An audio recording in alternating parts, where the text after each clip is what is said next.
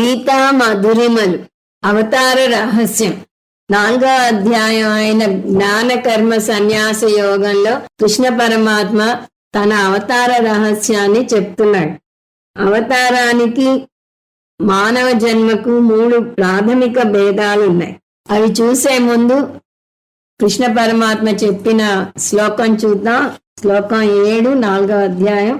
యదా యదా హి ధర్మస్య గ్లానిర్భవతి భారత అభ్యుత్థానమధర్మస్య తదాత్మానం సృజామ్యహం. అవతారానికి మనిషి జన్మకు 3 ప్రాథమిక భేదాలు ఉన్నాయని చూసాం. అవి కారణ భేదం, స్వరూప భేదం, కార్యభేదం. మొదటిది కారణ భేదం. జీవుని పుట్టుకకు దేవుని అవతారానికి మధ్య కారణంలోనే భేదం ఉంది. జీవుడు అజ్ఞానం వల్ల పుడతాడు. జీవుడు అజ్ఞానం వల్ల నేను అనే అహంకారంలో ఉంటాడు. అహంకారం వల్ల నేను కర్త అనుకుంటాడు. కర్తగా కర్మలు చేస్తాడు. దానికి పుణ్య పాపాలు కలుగుతాయి. సుఖ దుఃఖాలు అనుభవించాలి.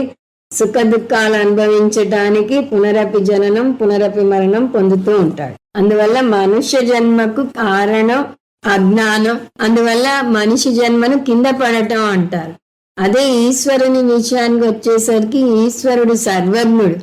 తన జ్ఞానం వల్ల కిందికి రావాలని తనే నిశ్చయించుకుంటాడు. ఈశ్వరుని అవతారం దయతో జ్ఞానంతో కావాలని తెలిసి చేస్తున్న అవతరణ. అందువల్ల మనిషి జన్మను కింద పడటం అంటే భగవంతుని అవతారాన్ని కిందకు దిగటం అంటారు. 2 స్వరూప భేదం.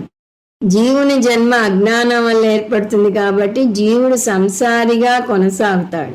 అతను ఏడుస్తూ పుడతాడంటే పుట్టడమే దుఃఖంతో పుడతాడు. ఆ దుఃఖమే జీవితాంతం కొనసాగుతుంది. అతను నిస్సహాయుడు, బాధాతప్త హృదయుడు, బానిస. కానీ ఈశ్వరుడు జ్ఞానంతో శరీర ధారణ చేస్తాడు కాబట్టి అతనికి సంసారం అంటదు. భగవానుడు బద్ధుడు కాడు. అందువల్ల భగవానుడు నిత్యముక్త స్వరూపుడు. అయితే జీవుడు బద్ధ స్వరూపుడు. అవతార శరీరానికి జీవ శరీరానికి మధ్య ఇంకో భేదం కూడా ఉంది. జీవ శరీరాన్ని పాంచభౌతిక శరీరం అంటారు. అంటే అది పంచభూతాలతో చేయబడింది. అదే ఈశ్వరుని విషయానికి వచ్చేసరికి మాయ నుంచి సరాసరి ఈశ్వర అవతార శరీరం వస్తుంది.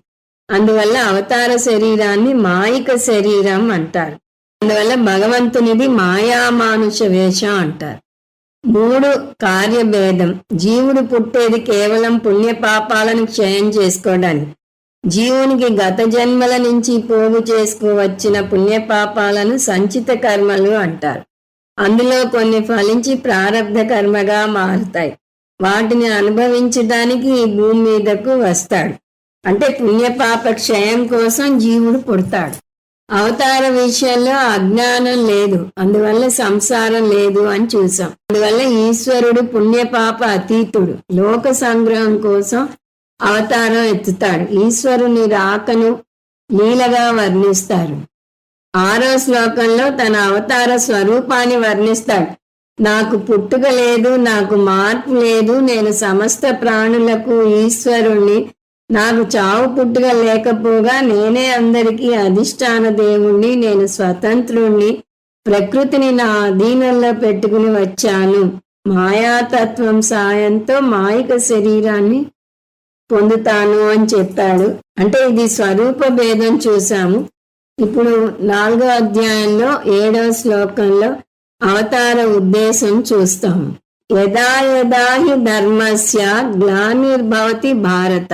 ఓ అర్జున, ఎప్పుడు ధర్మానికి హాని కలిగినా, అధర్మస్య అభ్యుత్థానం, అధర్మం పెరిగిపోయినా కూడా తదాత్మానం సృజామ్యహం, అప్పుడు నన్ను నేను సృష్టించుకుంటాను. మన శరీరంలో సహజంగా రోగనిరోధక శక్తి ఉంది. కంట్లో దుమ్ము పడితే కన్నీళ్లు వస్తాయి. తిన్నది ఏదైనా పడకపోతే విరోచనాలు వస్తాయి. అవి ఎప్పుడూ రావు. ఎప్పుడెప్పుడు సమస్య వస్తే అప్పుడు వస్తాయి.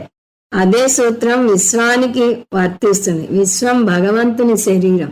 ఆ శరీరంలో ఎప్పుడెప్పుడు సమస్య వస్తే అప్పుడప్పుడు భగవంతుడు అవతారం ఎత్తుతాడు. ఆయుర్వేద శాస్త్రంలో ఆరోగ్యాన్ని ధాతు సంయం అని, అనారోగ్యాన్ని ధాతు వైషమ్యం అని అంటారు. అన్ని అంశాల మధ్య సమతుల్యత ఉంటే అది ఆరోగ్యం. అలా సమష్టి పరంగా ఉండే సమతుల్యతను ధర్మం అంటారు. ఈ సమతుల్యతే విశ్వాన్ని రక్షిస్తుంది. ధర్మం మాత్రమే ప్రపంచం యొక్క ఆరోగ్యం. అదే ప్రపంచాన్ని నిలబెడుతుంది. భగవానుడి జగత్తును సృష్టించాడు, అందువల్ల దాన్ని నిలబెట్టే బాధ్యత కూడా ఆయనదే. ఆయన సృష్టికర్త మాత్రమే కాదు, స్థితికర్త కూడా. అందువల్ల నేను స్థితికర్తగా వస్తాను అంటున్నాడు. ఎప్పుడు? ధర్మానికి హాని కలిగినప్పుడు. అంటే తనంతట తాను కావాలని శరీరాన్ని ధరిస్తాడు. అది కూడా లోక సంగ్రహం కోసం ధరిస్తాడు. అదే జీవికి అవతారానికి మధ్య భేదం. మన శరీర ధారణ మన ఇష్టం కొద్దీ జరగలేదు, మన ప్రారబ్ధ కర్మ వల్ల వచ్చింది మనకు శరీరం. ఇది కార్యభేదం.